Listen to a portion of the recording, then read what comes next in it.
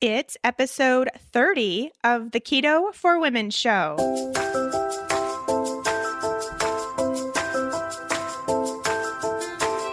You're listening to the Keto for Women show, and I'm your host and nutritionist, Shawn Miner. This show is designed to empower women to find their own expression of the keto diet to maximize their health and happiness. Now let's get started with today's episode.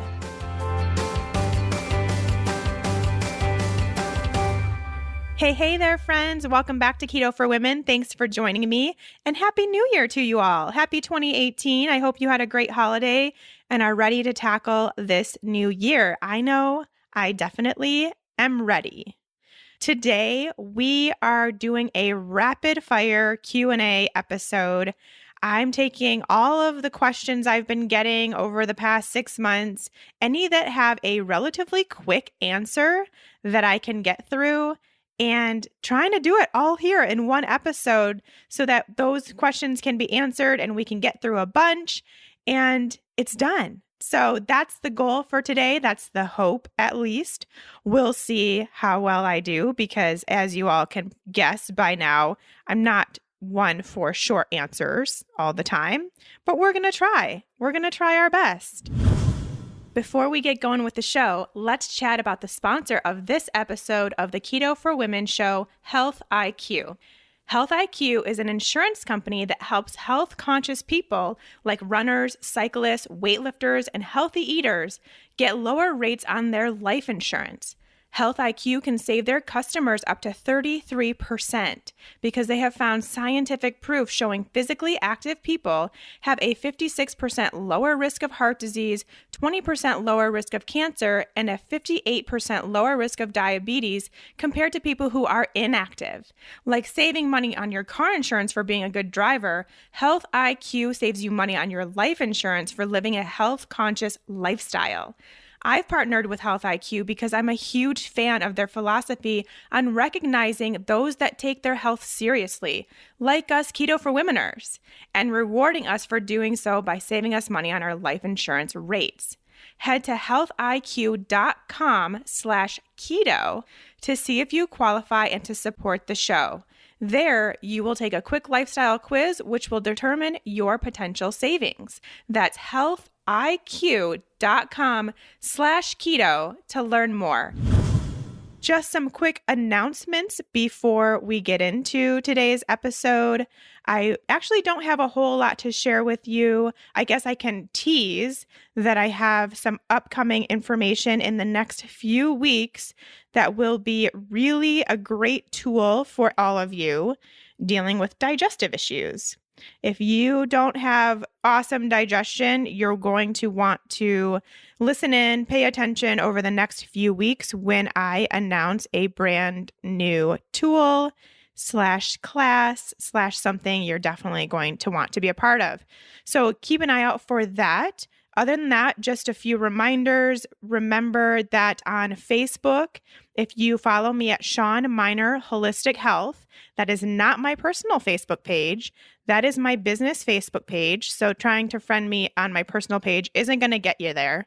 Shawn Miner Holistic Health. That on Facebook. If you follow me over there, you can also now start viewing my Instagram stories over on Facebook, which is great because that's what I use primarily as my way to communicate with you all when I'm not podcasting. So if you want to get to know me a little better, if you want to see what I do on a day-to-day basis, what I'm eating, what I'm working on, my walks, my nights out, my family, my friends, all that good stuff, find me over there. You can do that on Facebook, or of course, if you're already following me on Instagram and you're on Instagram, and maybe you're not even using stories yet, but if you don't, you definitely should. They're super fun. You can find me there, of course, too, if you're already on Instagram. Either way, now we have more ways to connect, which I'm super excited about. And as far as social media goes, again, just another quick reminder that the Fat Burning Female Project does also have its own Instagram and Facebook page. You can find both by just searching Fat Burning Female, and you will find them. And that is a great idea if you're someone who's not sure if that course is right for you or not. That's a good way to check in and just see kind of what people are saying, what they're doing, what they're eating, that kind of stuff. And we'll update that with information kind of as we go through the class. Now we're in the January class, and so we'll have new info coming out just based on what they're saying, what they're doing, how they're doing. And I think it's a great tool for people to use if you're someone who's not currently a fat burning female, but you might want to be in the future. It's a good way to see if it's right for you, I think, besides me just constantly telling you. It's like you can get another resource, which is always great. Before we get into questions, because it is the beginning of a new year, of course, we have to talk a little bit about resolution making, don't we? Because I was a resolution maker for most of my life, and only in the past few years have I kind of changed my thoughts on that and given some different ideas for the start of a new year. And I really like what I've been doing instead. And so I want to give you maybe some new ideas that you could try this year instead of making a resolution that you might not stick to. And let's first talk about that, because if you are someone who does really want a resolution, does really want to make a goal for yourself, that is awesome. That's great. I'm definitely not telling you that you shouldn't by any means. However, I would maybe give you some suggestion as to how you could create this resolution or this goal that would potentially be more beneficial to you, and you would potentially stick it out longer. Because, we all can agree that's one of the things about resolutions that is just kind of this known thing, is that they don't last. I saw it every single year working in a gym environment. January 1st, there would be so many people, you couldn't even get a machine. And then by February 14th, it was always Valentine's Day, it was empty. And it stayed empty the rest of the year until January 1st rolled around. So there definitely is this thing where we make these resolutions. This year is going to be the year that I X, Y, and Z. And I'm going to do this by X, Y, and Z. And then it lasts for maybe a few weeks and then it's gone. And I really think the reason for that is because we're not approaching these goals with the right mindset. We're probably making them a little too strict, just things that aren't actually attainable if we really truly think about it. We're listening to Keto for Women show, so let's keep it focused on that. If you say, I'm going to stick to a strict ketogenic diet all year this year so I can lose X amount of pounds and reduce my inflammation and all of these things that you want to happen from your ketogenic diet.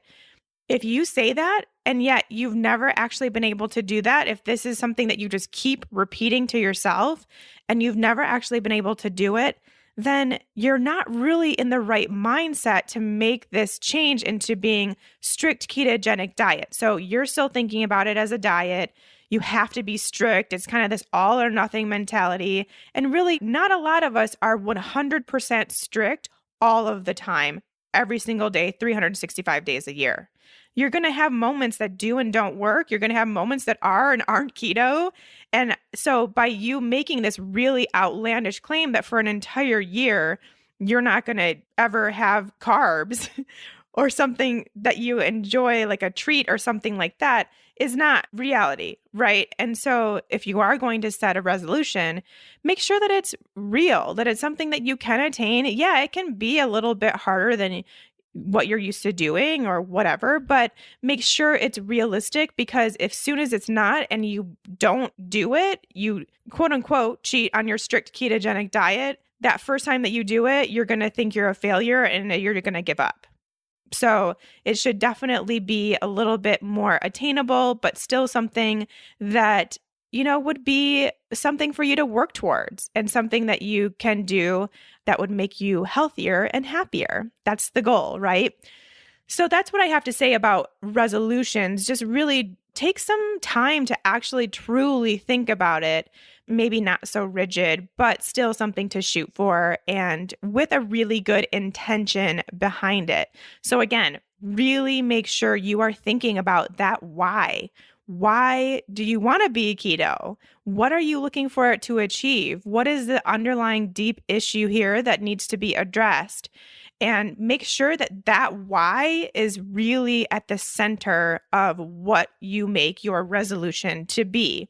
And that brings me to a really good point. One thing that I wanted to make is if you are going to use the beginning of a new year to really work on your health, which I mean, I think most of us do want to do, that's one of the reasons why we make resolutions is to work on our health status, especially when it comes to making diet changes or making lifestyle changes to include workouts or going on walks more often or spending some time self-care, meditation. We make these goals with the idea at the end of the day that our health is going to be positively impacted. So if that is the case, what I think would be really great for you to do is to take the opportunity at the beginning of this year to get your health measurements tested, especially the ones that you want to see change. So if it is your hormones, if it's your thyroid, if it's your blood sugar panel, your cholesterol, whatever it is that you want to see improvements, take the time at the beginning of the year to get those tested. And then maybe periodically, maybe once every 3 or 4 months, you can get them retested. And that will potentially help you stay on the course because you have these measurements showing how you are improving and what this resolution that you've made is doing to your health.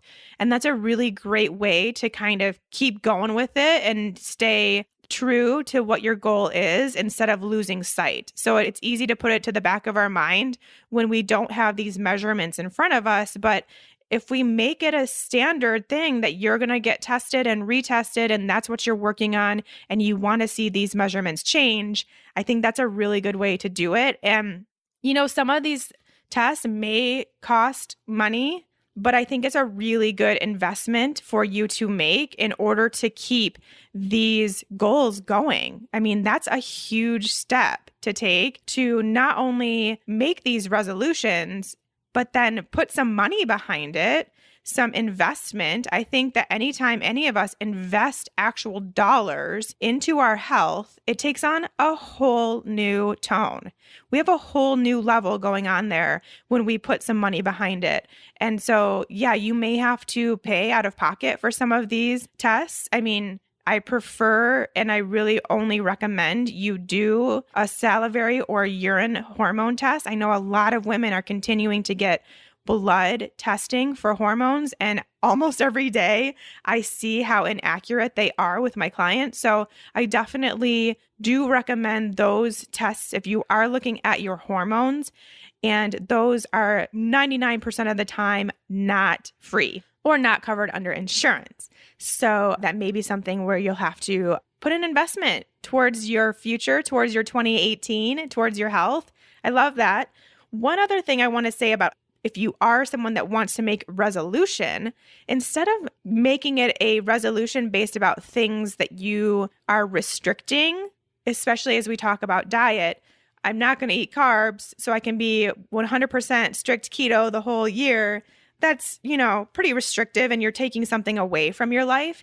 Instead, see what you can add. So like I mentioned, you have the same life, but maybe you are making a resolution or a goal to add a 10-minute meditation to your morning every morning, or adding in an afternoon walk when you get home from work, or adding in some more servings of vegetables. So another 2 or 3 servings of vegetables per day.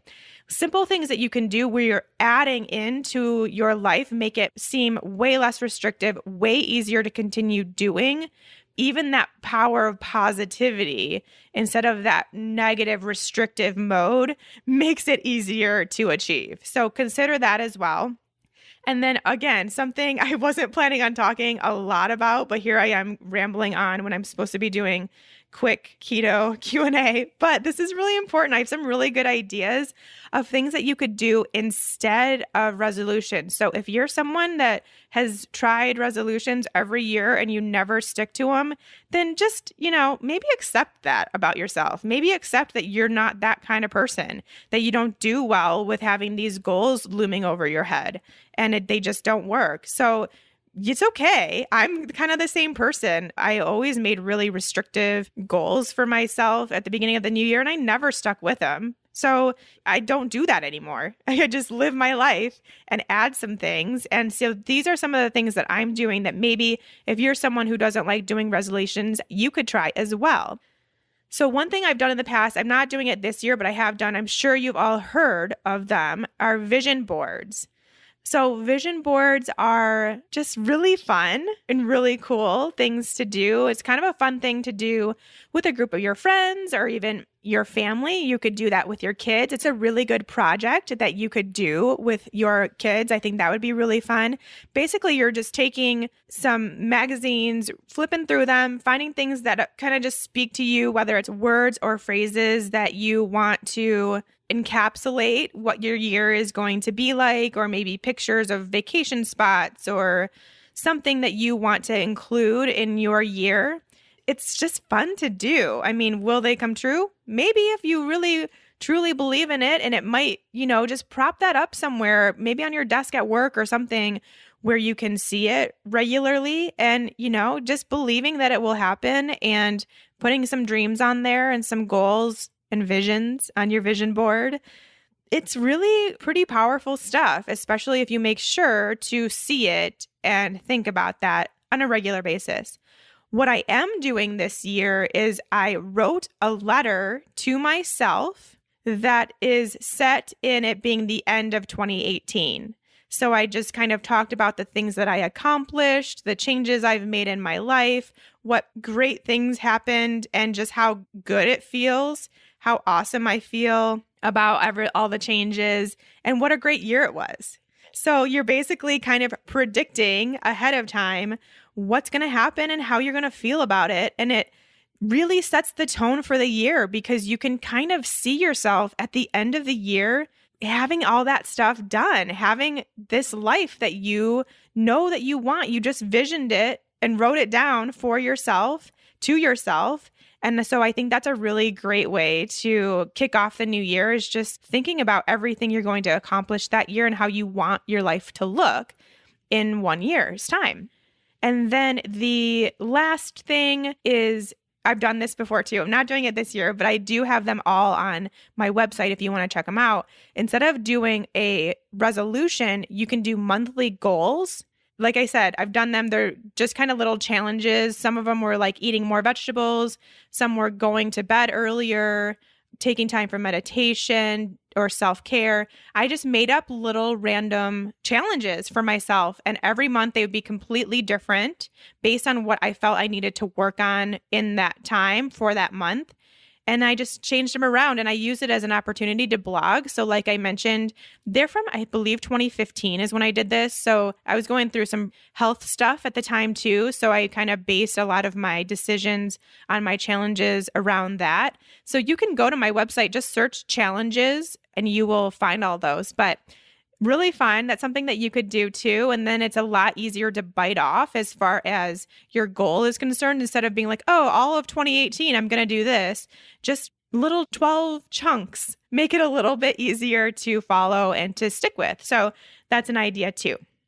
Okay, I wasn't planning on talking about this for so long, but as you can see, I really love the idea of making a new year about something that you can add to your life, something that you want to accomplish over the 12 months. So I do really believe in thinking about it and really setting an intention for your year. But it just doesn't have to be this typical resolution that we make that just doesn't happen. It just is too restrictive, too strict, too much, and we don't stick with it. So give yourself some time. I know it's already a few days into the new year, but that doesn't matter. You can still take some time over the weekend or whenever you have a chance to think about some different things that you want to try to ring in the new year. Okay, are we all ready for these questions? It's time for rapid fire keto Q&A. So I got these questions just based on what people have been sending in to the show, info@ketoforwomenshow.com, if you do want to submit a question. And these were questions that really I wanted to answer, but they just are quick. They don't take up that much time. So I went through all of the questions yesterday and picked out some that were easy to answer. So hopefully I can get through a bunch of them and you'll have your answers. Yay. Okay, let's give this a try. Tracy asked, have you or anyone else noticed a body temperature increase on a keto eating style? I often feel hotter than anyone else around me and sweat more with little effort. Thanks, Tracy. Yes, this is actually a pretty common concern of the Women in the Fat Burning Female Project and just other people I know who transition to keto. The good thing is that it will regulate itself. So as you progress further in your keto journey, this will level out and stabilize and get back to normal, what you're used to. But when you are initially transitioning into a ketogenic diet, you will experience this increase in metabolism as your body has found this new energy source that's very readily available, very easy to metabolize, and it causes this increase in metabolism, which is great, but it will come across as you feeling hot, you sweating easily, and it is something that some of us will just have to kind of deal with for a period of time. But like I said, it will regulate as you progress into a ketogenic diet. That kind of becomes back to status quo pretty quickly. If it doesn't, and if it's something where you are noticing it, it's pretty severe, it's not going away, then it is most likely because of a hormonal balance that needs to be addressed. If your hormones are out of balance, and especially if they're out of balance before you go into keto, and then you make the transition. And a lot of times when we make the transition into a ketogenic diet as women with hormonal imbalances, that transition to keto is going to do great things for your hormones, and it really is going to help you balance those hormones, but they don't always balance right on time, right on schedule as we hope them to be without any side effects.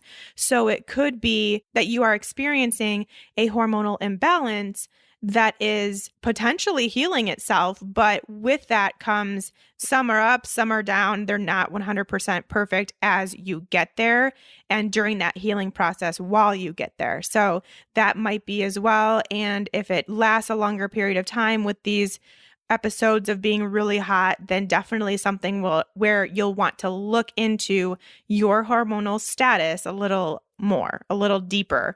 And like I mentioned earlier, through salivary or urine testing, highly, highly, highly preferred. Now, one other reason why you might be hotter than normal when keto adapting is if you're not fully in ketosis and you're just eating low carb, like I've mentioned in pretty much every episode, then that status of low carb purgatory is causing a stressful environment on your body, and that will increase your cortisol. When cortisol is increased, which is our stress hormone, that's what we don't want to have happen, then that excess cortisol in your body also represents a higher kind of metabolic shift and that increase in body temperature. So keep that in mind too. That's something that we don't want to have happen. And again, hopefully that would stabilize within a few weeks. If not, you really want to check to make sure that you are actually in ketosis, producing ketones, check those ketones and make sure that that's not the culprit. Now, quickly, if you are someone who is cold or colder than normal when you switch to a ketogenic diet, again, you really want to make sure that you are in ketosis and not just eating low carb. And you really want to make sure that you're eating enough food, because if you're not eating enough food, you will immediately cause your metabolism to downshift to the amount of food that you are giving it. And that lowered metabolism causes a change in your body temperature and how you feel. And so you'll feel really cold. So enough food and making sure you're in ketosis to keep that from happening. But then also you want to always keep in mind in both cases your thyroid hormones. So in either case, if you're producing excess thyroid hormones, you will be hot. And if you're producing a lower level of thyroid hormones, you will be cold. So keep those in mind, both cases. Again, if they don't change quickly or within, I'd say, several weeks of being keto adapted, then you may want to get those thyroid hormones tested and also consider your sex hormone status too. Okay, so that was supposed to be quick and didn't happen. That's all right. Next one. Why would you eat more carbs after establishing your carb tolerance? Do you lower your fat intake on those days? So really, I've talked about carb tolerance in the past, and really the only reason why you would eat more carbs if you can, and once you've established that you can, say for instance, you stay in ketosis when you have 50 to 75 grams of carbohydrates per day, then basically you're just doing that to know, at least in my opinion. So if there are times when you want more carbohydrates, when they truly, legitimately, intuitively sound good, then eat them. And you know that you can have a certain amount and still stay in ketosis, still stay feeling really good.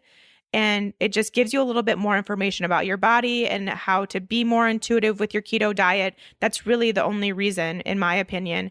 If you are someone that works out really heavily, that does a lot of sprint work or power moves, something like that, then you could use that information about how many carbs you tolerate staying in a ketogenic state to increase your carbs around your workout times as well. So that would be another option, but only if that's something that makes you feel really good during your workouts and that you want to do. You don't have to do that.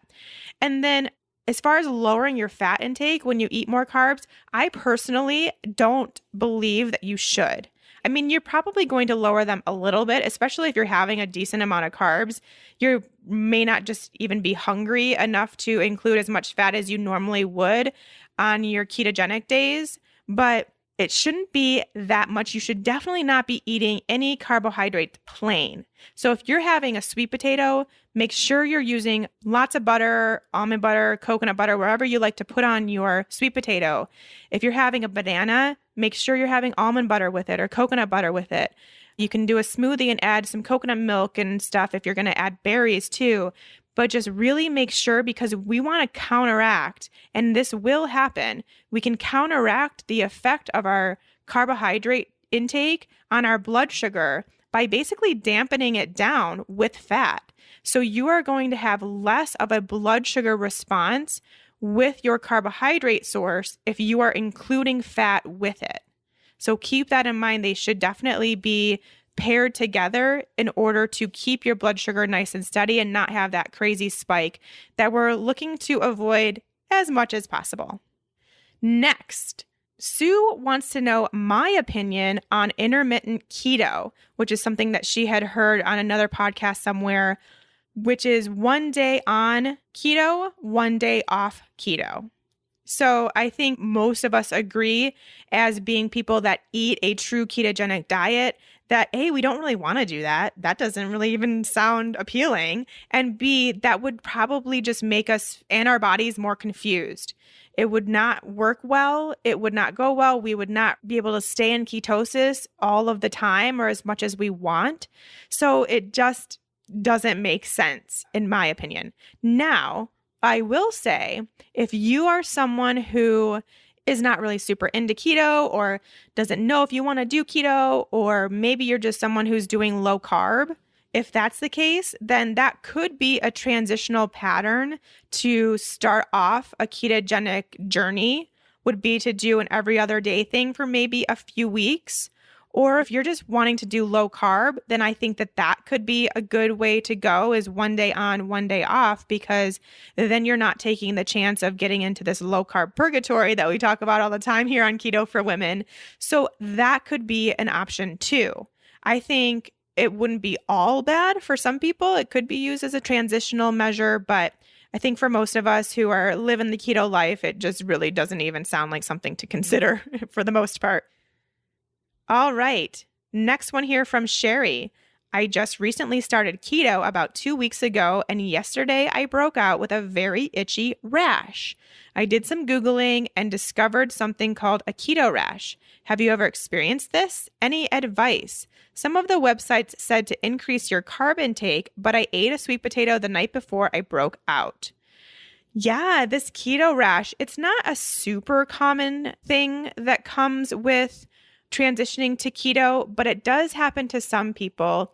And the best guess, I mean, there's not a whole lot of research or evidence out there about keto rash, but the best guess is just you can hold acetone, which is a byproduct of producing ketones, in your sweat. And so when you break a sweat, or even if you just basically live and you might be a little sweaty, who knows, that you don't even notice, you can cause an irritation on your skin, and it will be itchy and rash-like and won't go away no matter how much Benadryl you take or anything like that. So it is not that fun. It's not that great, and it's hard for people to get through.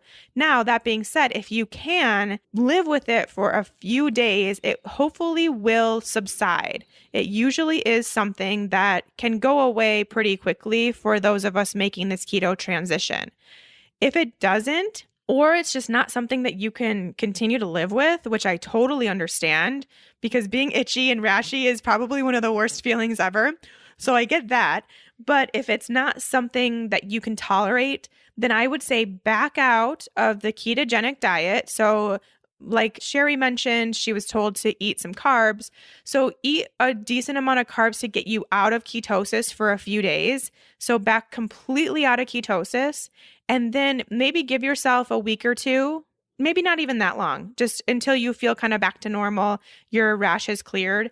And then try to go into ketosis again, but at a much slower rate. So kind of at the fat burning female rate. The reason why I developed a course to take you slowly into ketosis is for reasons like this. And just don't, make such a transition so quickly, but take it step by step, little by little, and try to get into ketosis a little more subtly.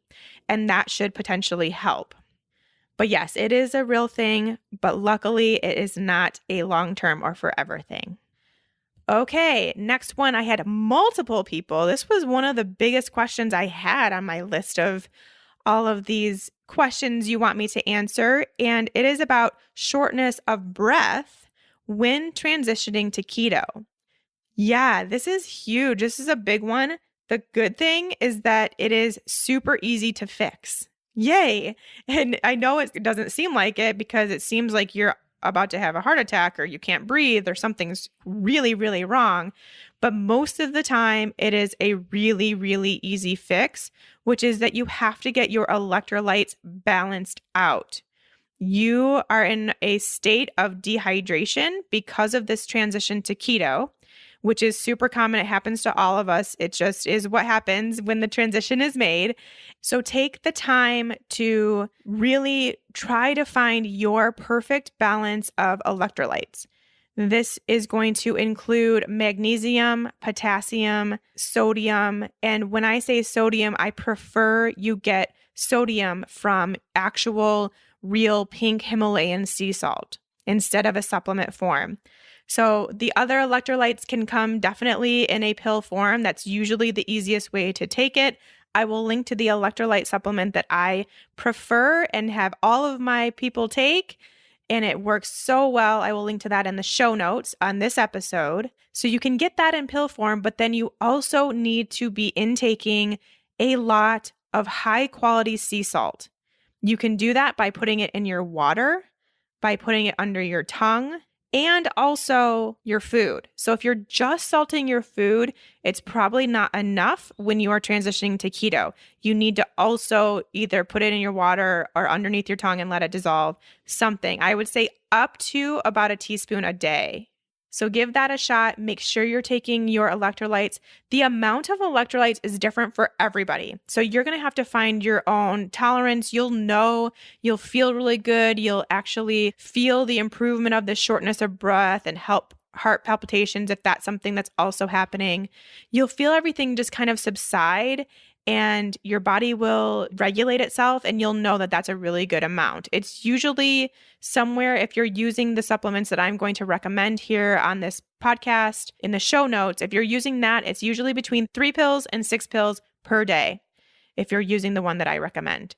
So that's going to help a lot. It's part of the keto flu situation, the shortness of breath, and it can go away very quickly and very easily, and you'll be just fine, I promise. Alrighty, Lisa. When and if my hormones balance out, will the large amount of facial hair go away? I have hair growing on my chin and jawline, upper lip, and neck. So much so that I'm starting to have to shave. Lisa. Yes, Lisa, I know it's probably super hard situation to deal with, but what is the best thing is that you know that this is a hormonal thing.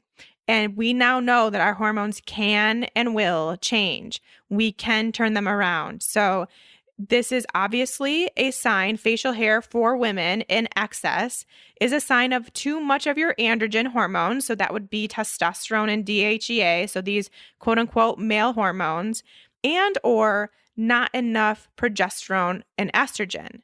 So it can be both, just being totally out of whack.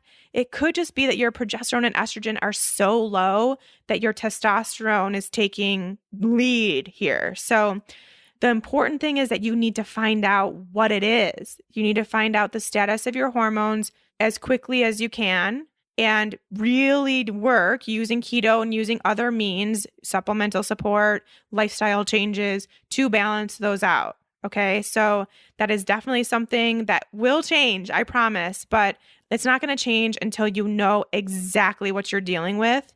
And this is where we have to become the empowered women that we are and learn more about our bodies. That's all I can say. Obviously, I say that in almost every answer, but yes, definitely it will change, I promise. Next, Michelle wants to know about getting nightmares on keto. This is pretty common too. And again, it comes back to this state of electrolyte balance. That's the first thing, which I believe Michelle said that she had figured that out and it wasn't electrolytes. So just for others, if you are someone who is dealing with nightmares since you've been keto, make sure again that electrolyte balance is in check with the salt, with the electrolyte supplement support, finding your tolerance. Make sure all of that is in play. Make sure you're drinking enough water. So beyond just adding salt to our water and taking these supports, you also need to make sure you're hydrated all the time. So that's really important. Make sure you're in ketosis, of course. So if you're just, again, in this low carb purgatory, it could be causing some stress on your body, and stress will translate into poor sleep, which translates into nightmares. And the thing that is seemingly most unrelated, but is quite often the reason for nightmares, is based on your gut health. If you have a parasitic infection, a bacterial infection, SIBO, candida, anything that is overgrowing in your gut that's not supposed to be there, it will cause nightmares, which sounds crazy, but is absolutely true. And I mean, you can kind of just think about it as these little things in your gut that don't belong there that will then cause you to have nightmares when you sleep.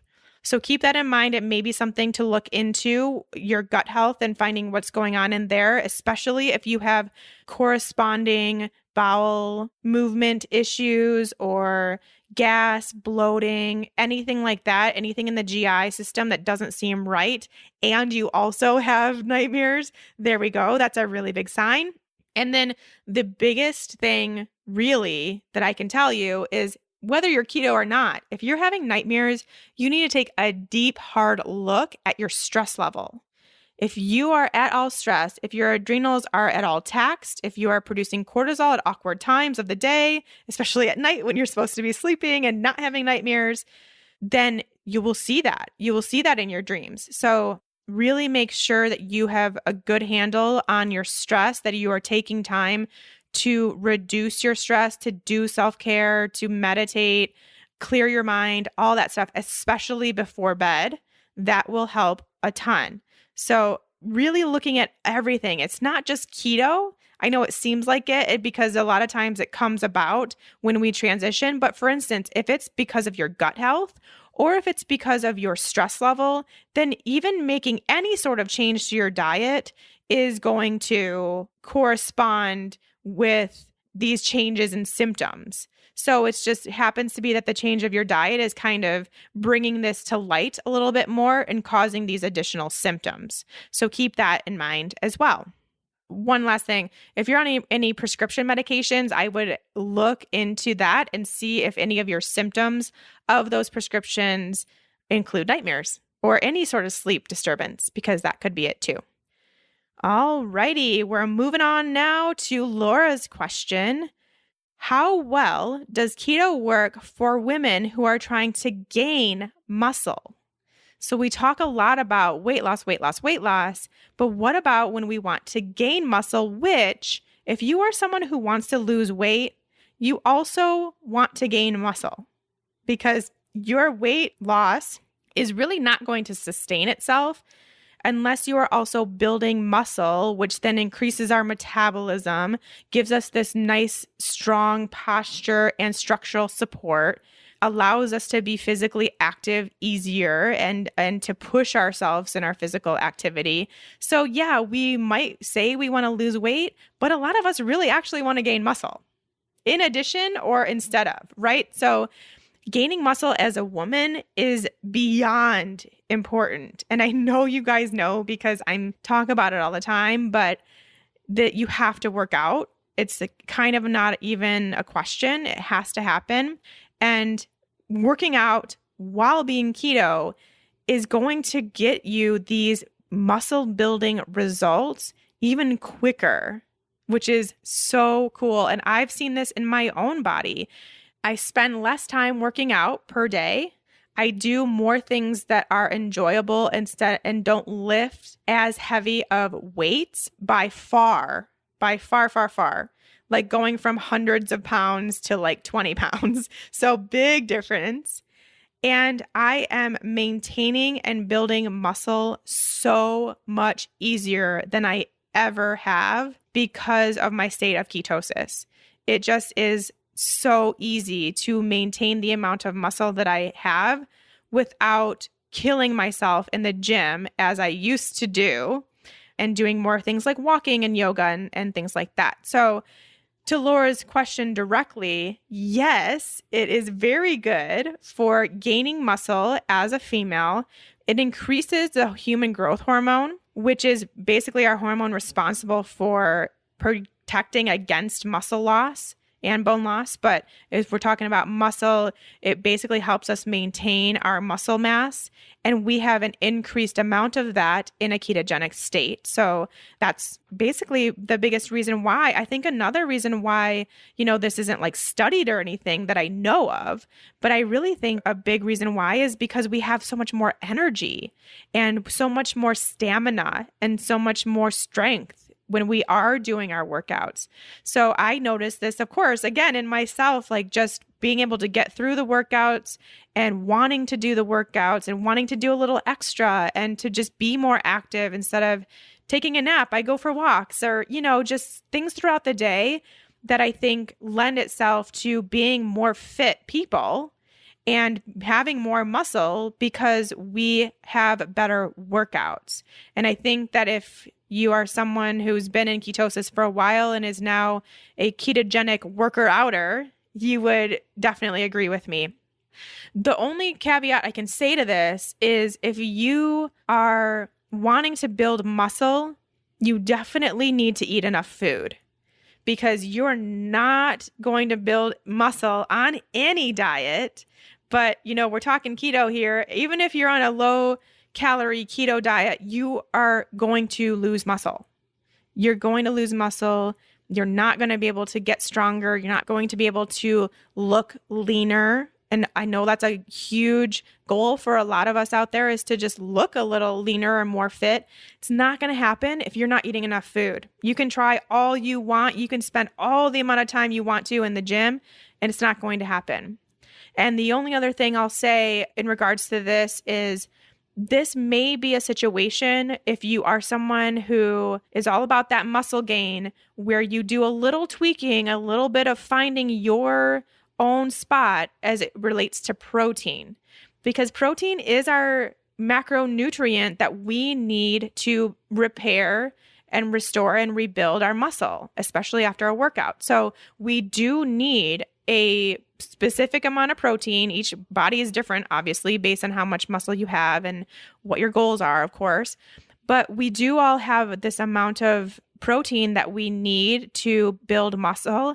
And so it would be nice for you to maybe take some time to see what that is for you and make sure you're getting that into your keto diet. So of course, the best amount would be one that gets you through your workout, makes you feel like you're building lots of lean muscle and feeling really strong, but doesn't take you out of ketosis to do so. So that's kind of your sweet spot. And for a lot of people, it might be more than you think it is, especially once you get started on a really great fitness routine with lots of strength training, then you will notice your protein intake may need to increase, which is just something that you have to find out for yourself. All right. Next one, Christina. This is a recent one, so I think a lot of people have this question. Dr. Berry said cow's milk is terrible for us humans. So what do I give my son who is being weaned to drink? What type of soft meals and snacks do I give my son, think 6 to 12 months, instead of the typical baby cereal, crackers, puffs? Obviously, he will get pureed foods. Christina. Yeah, I actually had this question. I think a friend may have brought it up. I can't remember who I was talking to about this, but it is an interesting thought because a couple episodes ago, Dr. Ken Berry was on the show and talked about the problem with milk and basically, told us that really we shouldn't necessarily be drinking milk as humans. And so then it comes up, okay, so what do we do when we're trying to wean our babies? And the typical thing to do is to switch from breast milk to regular milk. And obviously, maybe that's not the best choice now that we've kind of thought about it and heard that. And the good thing, Christina, I don't know a whole lot about this actual subject. I mean, of course, I would tell you to have these pureed veggies and fruits and meats and bone broth and things like that.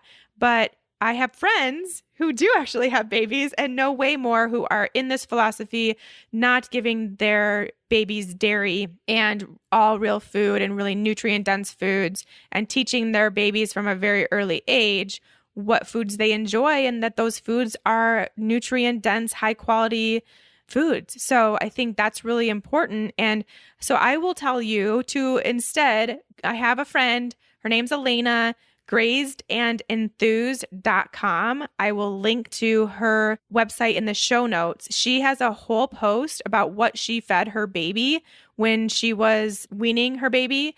And it is just the coolest stuff. She followed the principles of the Weston A. Price Foundation, which if you don't know what that is, I'll link to that as well. But they believe in ancestral foods and stuff like that and really nutrient dense foods.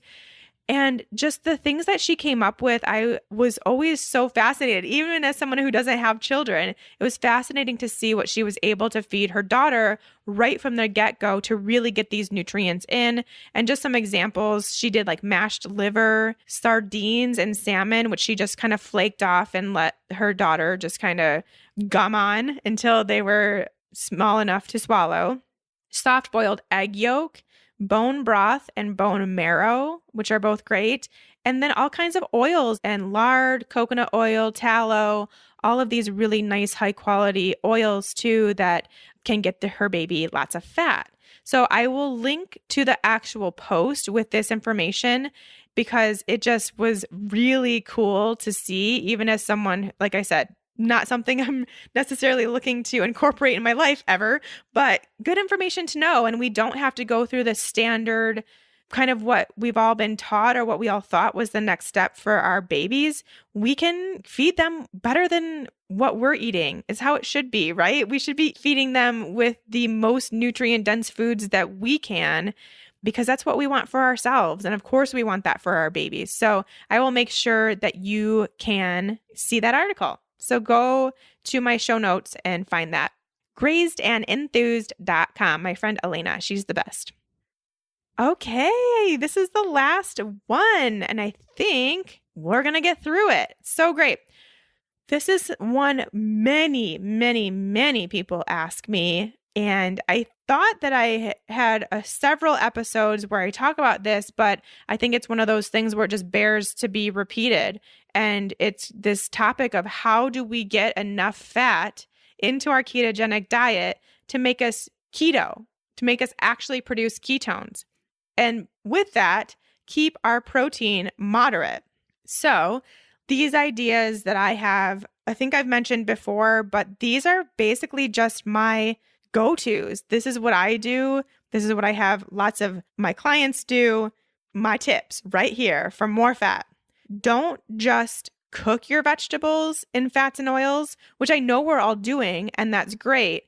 but also once they're on your plate, put more fat on top of them. So that's the biggest thing is just because we're using fats in our cooking doesn't mean it's all going into our mouth. A lot of it is evaporated, some of it stays on the pan, etc. So make sure that if you're roasting your veggies in butter, make sure when they come out of the oven and they're on your plate, maybe you drizzle some olive oil or put some more butter or something like that. That's a big one.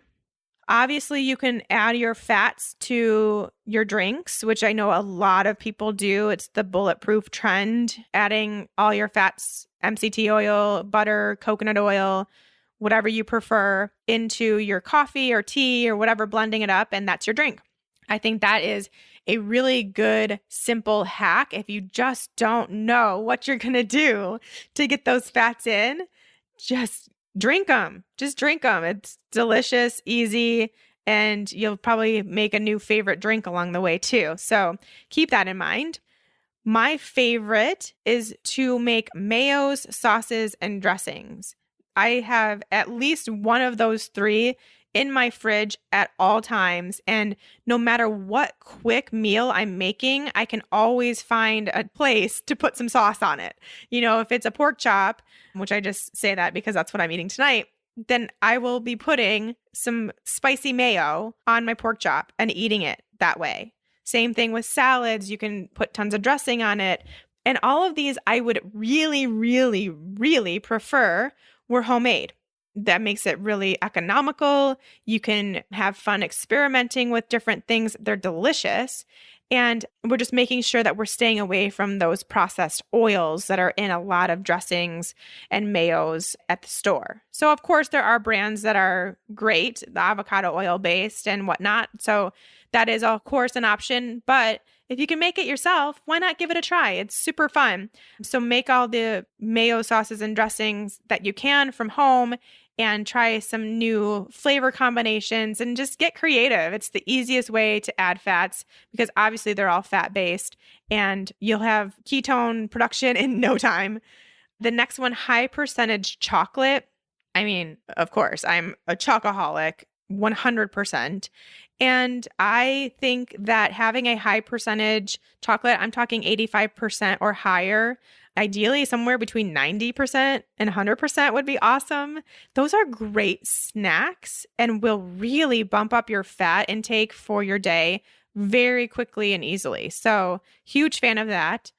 Nut butter and coconut butter, yeah, they have a little bit of carbohydrate. So if it's something where you're sensitive to those, don't eat them, obviously. But if not, then again, what an easy way to get a few more servings of fat in because they're delicious and you can just have a few scoops. That's usually I do a nut butter as a dessert type item. So I'll have a few bites of almond butter or cashew butter or something after dinner. And that's kind of like my dessert, but really I'm just bumping up my fat. Of course, fat bombs. I mean, that's really the easiest thing. I think if anything, fat bombs might almost be one where it's like we can overdo it because when we want one, then we want five.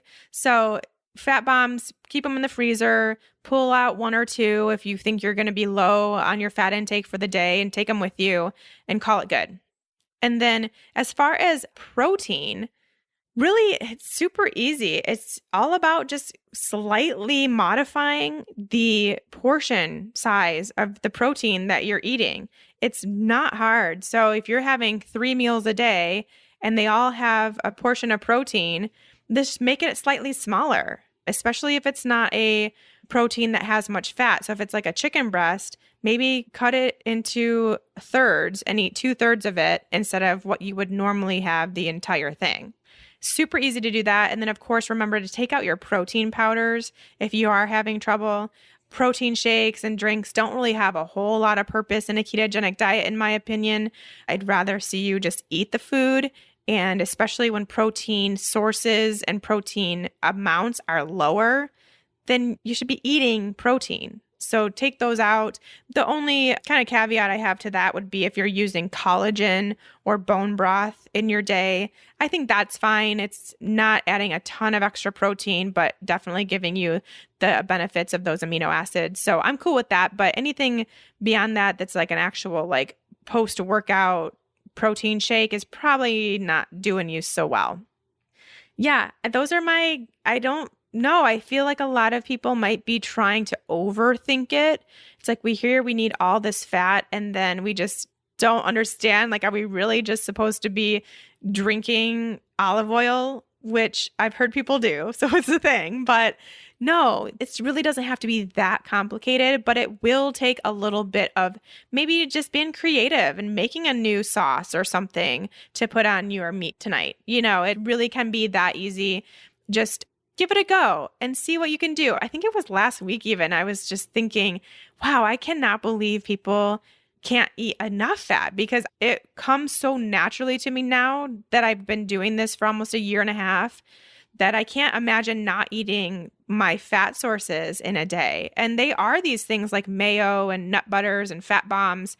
I'm doing all of this on a pretty regular basis. The only thing I don't do is put fat in my coffee just because I prefer not to. So that's it. The rest of the stuff is all coming very naturally. And I think it will for you too, once you get the hang of it and once you see how easy it actually is.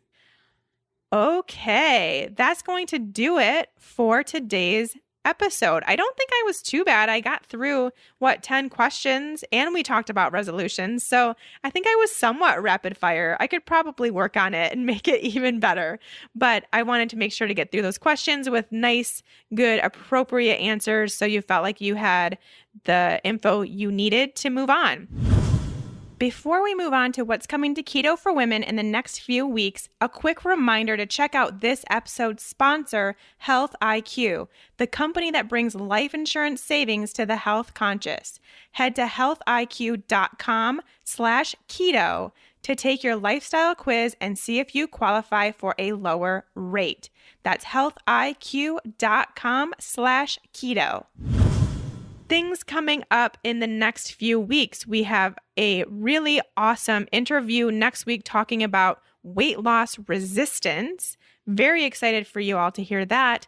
And then in the few weeks beyond that, I think it's going to be a two-parter. I haven't quite decided yet. I want to talk all about ketone testing. So the difference between blood testing, breath testing, what all the numbers mean, what you should be striving for, what happens if you're not getting the numbers. I just really want to go through it all.